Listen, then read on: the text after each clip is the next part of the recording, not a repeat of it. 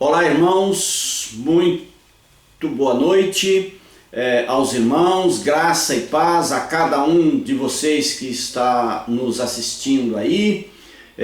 Nós estamos neste momento de estudo bíblico, o qual até a semana passada nós concluímos o estudo dos salmos de romagem, dos 15 salmos de romagem.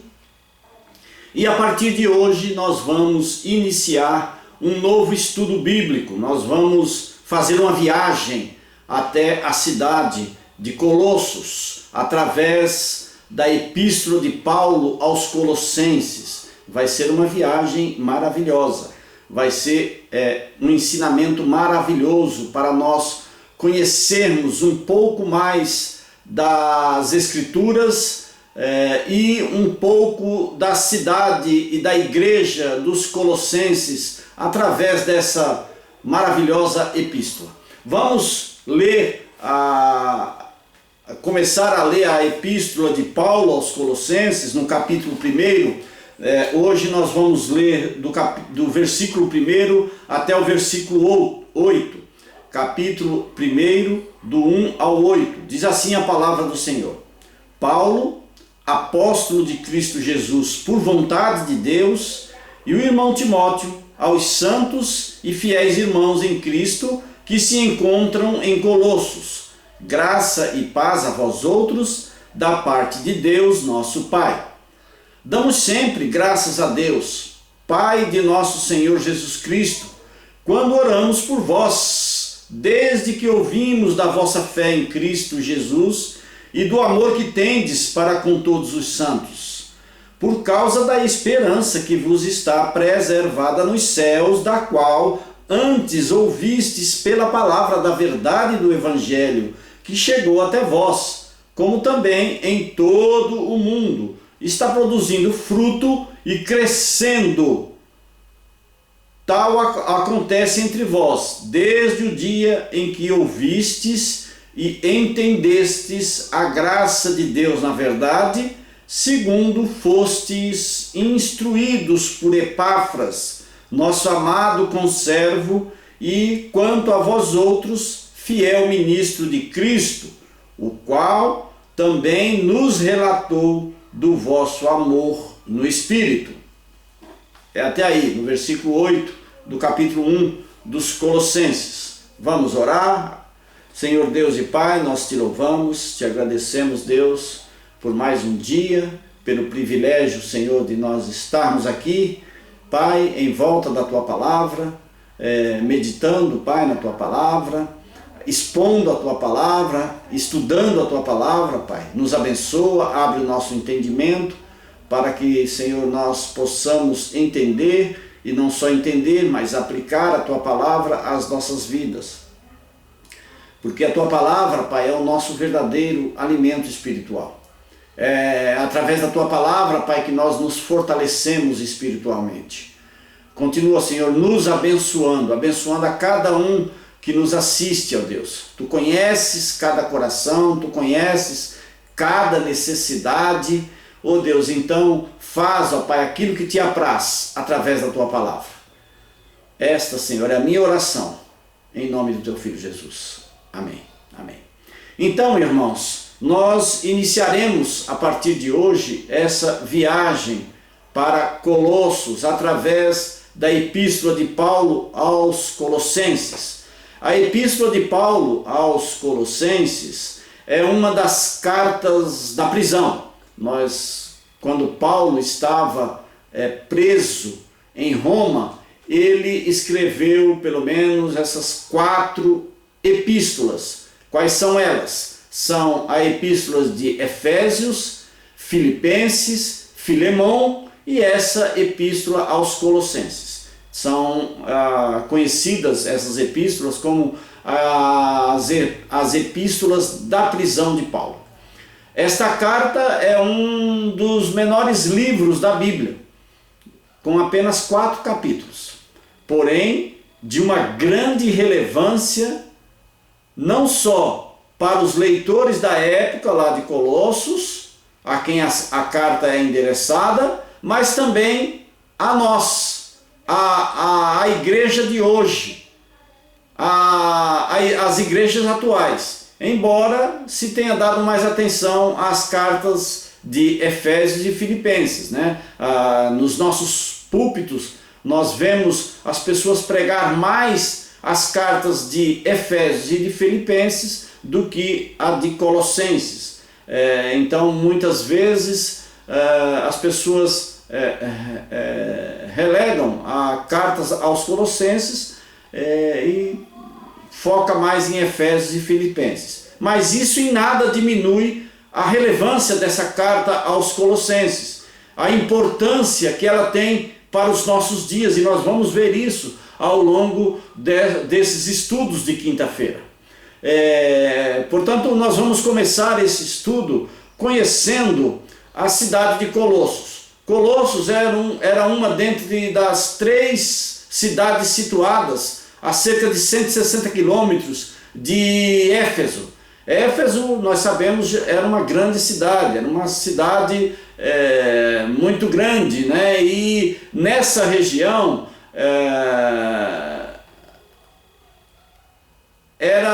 essa região era uma rota do comércio entre o Oriente e o Ocidente. Então, por esses locais passavam muitos comerciantes, muitas pessoas que iam fazer negócios, passavam por essa cidade. E Colossos era uma das 3 cidades que ficava ali no entorno de Éfeso. As outras 2 eram Laodiceia e Hierápolis, que essas cidades também são citadas nessa carta aos Colossenses. Portanto, era uma rota comercial importante, cortava essa região, transformando-a em um ponto de encontro do Oriente com o Ocidente. Para os padrões de hoje, né, Colossos não passava de uma pequena cidade, né? Os padrões das cidades, das megacidades que nós temos hoje, não só aqui no Brasil, mas no mundo, Colossos era uma cidade pequena. Mas, no entanto, a igreja de lá era importante o suficiente para Paulo lhe dar uma atenção especial, a ponto de escrever uma carta específica para a igreja de Colossos. A igreja de Colossos, ela não tinha sido fundada por Paulo, não. Porém, provavelmente, ela foi o resultado do ministério de Paulo em Éfeso. Paulo, quando esteve em Éfeso, pregou para Epáfras ou para Epafrodito, né, que é a mesma pessoa, Epáfras ou Epafrodito. Epáfras era natural de Colossos, então possivelmente ele ouviu o evangelho de Paulo, creu, se converteu, absorveu o evangelho e foi pregar em sua cidade natal, que foi Colossos. Nós vamos ver isso, que essa igreja foi fundada por Epáfras. Paulo então pregou para muitas pessoas na região e principalmente para esses 2 cidadãos de Colossos, que foi Epáfras e Filemão. Assim, provavelmente, né, como nós já falamos, essa igreja tenha como um dos principais fundadores Epáfras, pois pregou o evangelho a seus amigos colossenses. E assim, provavelmente, iniciou a igreja de Colossos. Paulo escreveu à igreja de Colossos porque uma crise dentro desta igreja, desta congregação, estava prestes a destruir esse ministério. Colossos, como uma cidade de encontros e de passagem de comerciantes, né, ela começou a ser invadida por uma heresia, por um estudo, por um entendimento que invadiu também a igreja e causou uma certa crise dentro dessa igreja, a ponto de arriscar destruir esse ministério. Essa crise, portanto, ficou conhecida como a heresia de Colossos. Os teólogos, os estudiosos, denominaram esse ensinamento de heresia de Colossos. O que era a heresia de Colossos? A heresia de Colossos consistia em algumas doutrinas novas que estavam sendo ensinadas em Colossos e se infiltrando na igreja. Como vira e mexe a gente vê até nos dias de hoje, né? Novas ideias, novos entendimentos, novas filosofias, novos conhecimentos que vêm para as pessoas, e as pessoas às vezes absorvem isso, e até a igreja começa a absorver isso. É por isso que é a relevância dessa carta, porque nessa carta Paulo vai refutar tudo isso, e nós vamos ver aí ao longo dessas quintas-feiras. Então, Paulo, portanto, vai apresentar aqui claramente a verdade do Evangelho, refutando esses ensinamentos. Portanto, a relevância dessa epístola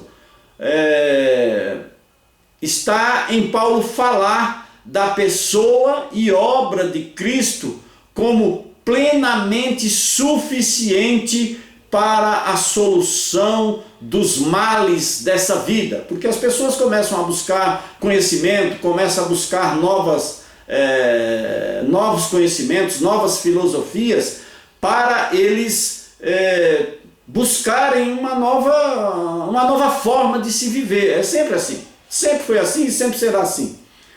Mas Paulo aqui apresenta claramente a verdade do Evangelho.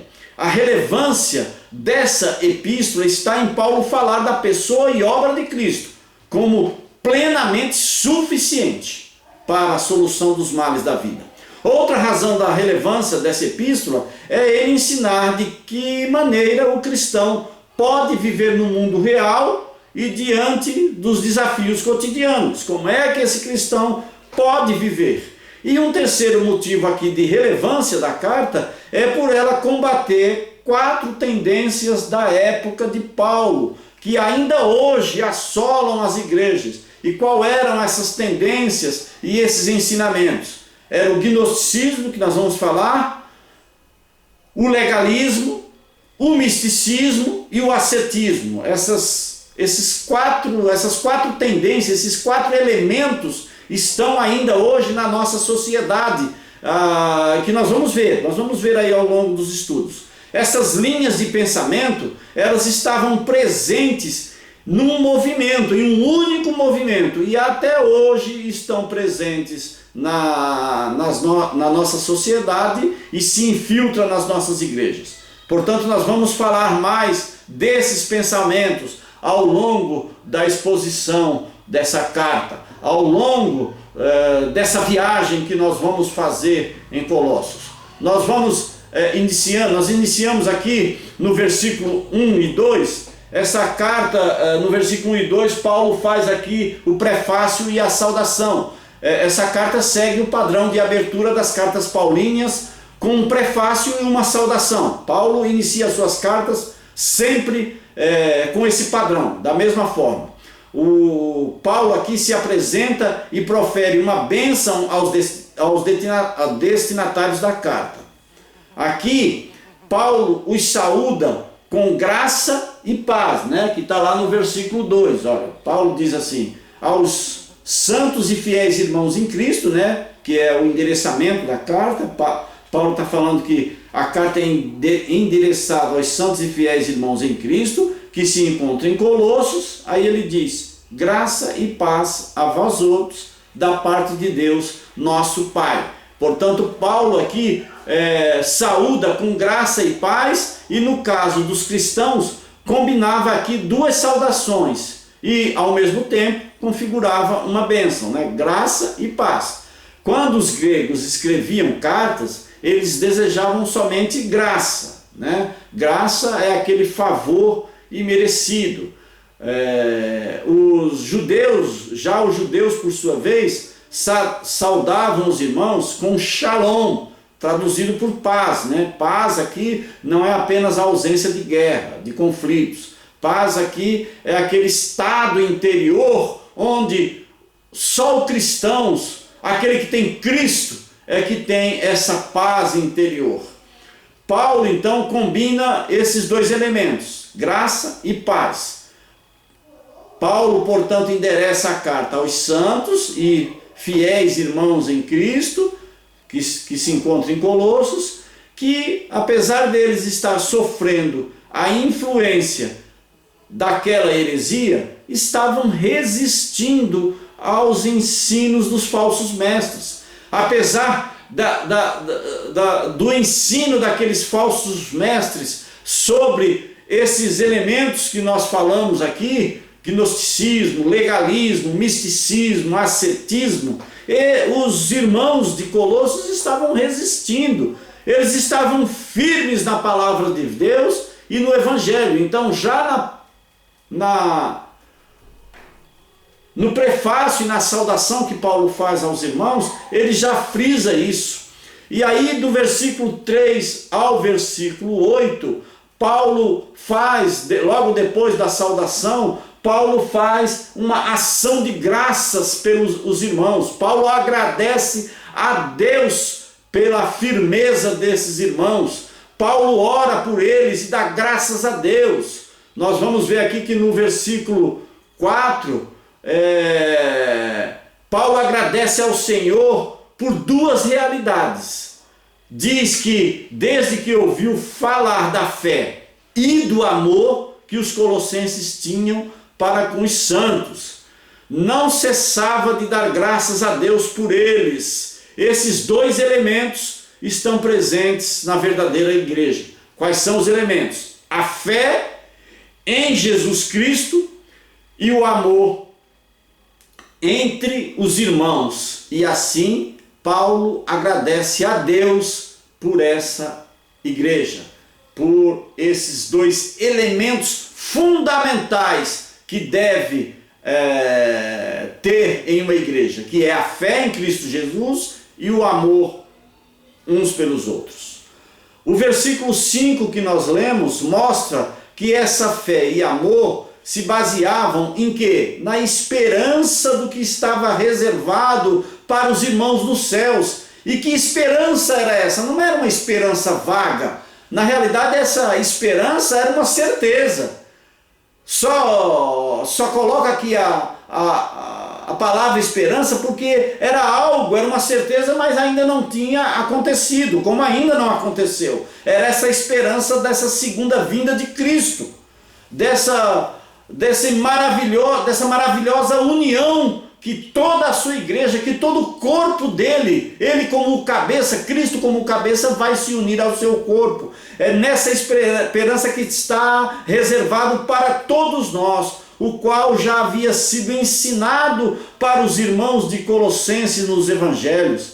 A esperança por meio da palavra da verdade. Ele cita aqui a palavra da verdade em contraponto aos falsos ensinamentos filosóficos, gnósticos que estava sendo proferido pelos falsos mestres. É por isso que ele diz aqui a palavra da verdade, o evangelho. Saber isso e confiar nessa verdade faz com que cada cristão tenha fé em Jesus e amor para com os santos. No versículo 6, Paulo afirma que o evangelho chegou até os colossenses, mas também que estava frutificando e crescendo por todo o mundo, né? Paulo usa aqui uma figura de linguagem chamada hipérbole, quando ele diz por todo o mundo. Nós sabemos que isso é uma figura de linguagem, é um exagero de linguagem, por todo o mundo, porque ele usa essa figura de linguagem, essa hipérbole, quando se refere a todo mundo, na verdade está fazendo alusão ao mundo conhecido da época, né? A Roma, a toda aquele mundo conhecido na época na Palestina, mas ele usa aqui essa figura de um exagero, dizendo que todo o mundo. Nos versículos 7 e 8, Paulo diz que foi um instrumento de Deus para levar o evangelho até os colossenses, que foi Epáfras. Epáfras foi esse filho na fé de Paulo que se converteu, e ele foi um instrumento de Deus para que ele, Epáfras, levasse o evangelho da verdade à população de Colossenses, ao povo colossenses.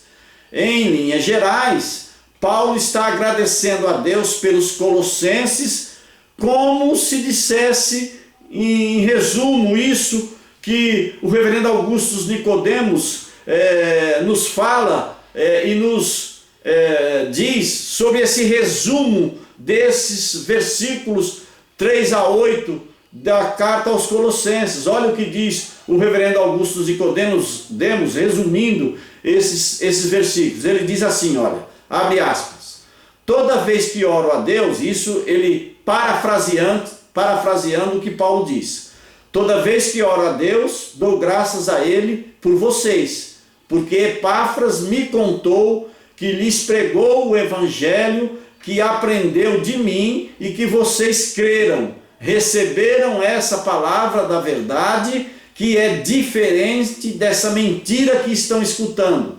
E, como resultado de terem crido no Senhor Jesus, vocês têm amor uns pelos outros, porque sabem da esperança que lhes está reservada. Por isso, sou grato a Deus por serem uma igreja de Cristo e louvo ao Senhor por vocês. Então, parafraseando Paulo aqui, o reverendo Augusto Nicodemos resume a ideia de Paulo aqui, desse agradecimento que Paulo faz a Deus pelos irmãos de Colossenses, que creram na palavra do Senhor e têm amor uns pelos outros. Então eu quero concluir este primeiro dia aqui de Colossenses, dizendo que a epístola dos Colossenses inicia-se dessa forma, com uma saudação e bênção e com uma ação de graças a Deus pelos irmãos colossenses, pelos os estágios espirituais que Deus permitiu a eles. Que estágios espirituais foram esses? Primeiro, eles ouviram o evangelho através de Epáfras, creram no que ouviram, creram em Jesus Cristo, foram discipulados, ensinados e, quarto, tornaram-se fiéis em Cristo. Portanto, nós vamos dar continuidade a esse estudo aqui. Continuaremos nessa epístola que mostra a supremacia de Cristo. Cristo é suficiente para a vida e para a salvação. As pessoas vivem buscando algo novo para dar sentido à sua vida e se esquecem que Cristo é esse novo, Cristo é esse evangelho, é essa boa nova. Cristo, é a plenitude do sentido da vida. Não precisam ficar buscando sentido da vida em filosofias, em ideologias, em formas novas de se viverem. Não, Cristo já é o padrão, Cristo já é o dogma de toda a existência do ser humano. Porque Ele, juntamente com o Pai e com o Espírito Santo, é que criou o ser humano. É Ele quem tem o manual de procedimento do ser humano. Por isso Cristo é a supremacia para a nossa vida. Que nós possamos, irmãos, buscar em Cristo esse sentido da vida. Que nós possamos crer e acreditar que Cristo tem as respostas para todos os nossos questionamentos. Cristo é supremo a nos ensinar e a nos fazer andar nesse caminho de vida que Ele propõe a nós através da palavra dele. É isso que Paulo nos ensina aqui nessa viagem a Colossos e que nós vamos continuar todas as quintas-feiras.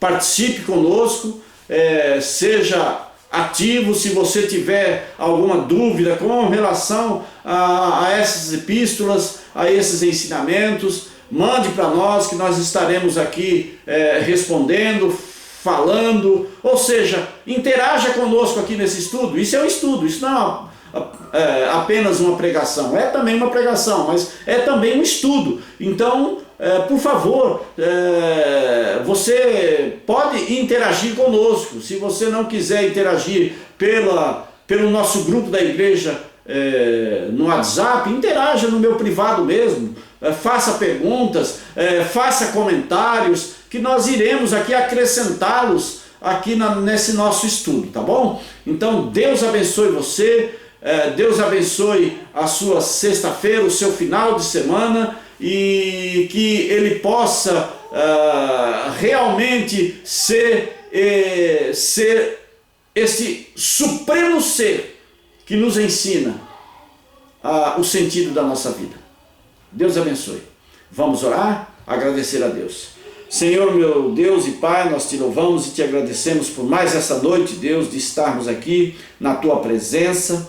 Deus, continua nos ajudando, Pai, a estudar, a expor essa palavra tua, esta porção da tua palavra, Pai, crendo, ó Pai, que tu tens um propósito em cada palavra, em cada frase, em cada parágrafo que tu, Senhor, usaste, inspiraste os teus servos para escreverem para a tua igreja e para nós até hoje, ó Pai. Nos dá, Senhor, esse privilégio, Deus, de saber que, Pai, tudo aquilo que nós necessitamos para as nossas vidas, se encontramos as respostas através da tua palavra, através do teu evangelho, da tua boa nova para as nossas vidas. Muito obrigado, Deus. Nós te louvamos e te agradecemos em nome do teu Filho Jesus. Amém. Amém, irmãos. Até a próxima quinta-feira, querendo Deus, e participe aí conosco. No próximo domingo, às 9 horas, nós continuaremos lá no culto presencial. Você que pode, participe lá do culto presencialmente, e aqueles que ainda estão impedidos de irem à igreja em função do grupo de risco aí da pandemia, assista a nossa live ao vivo, domingo, às 9 horas da manhã. Deus abençoe a todos.